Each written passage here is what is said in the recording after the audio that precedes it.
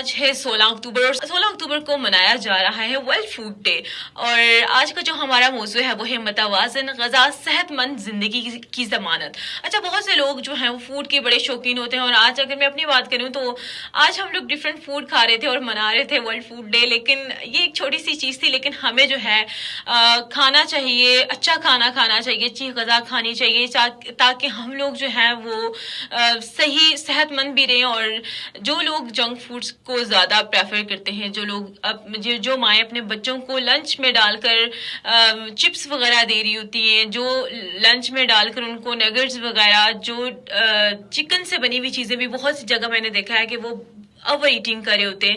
دیکھیے، چکن بھی ہماری زندگی کے لیے اتنا زیادہ ضروری نہیں ہے. ایک ہوتا ہے نا کہ کم کھائیں لیکن اچھا کھائیں، لیکن بار بار اگر چکن کھائیں تو اس کے بھی بہت سے نقصانات ہیں. تو کوشش کریں کہ اپنے بچوں کو دیسی غذا کی طرف لے کر آئیں.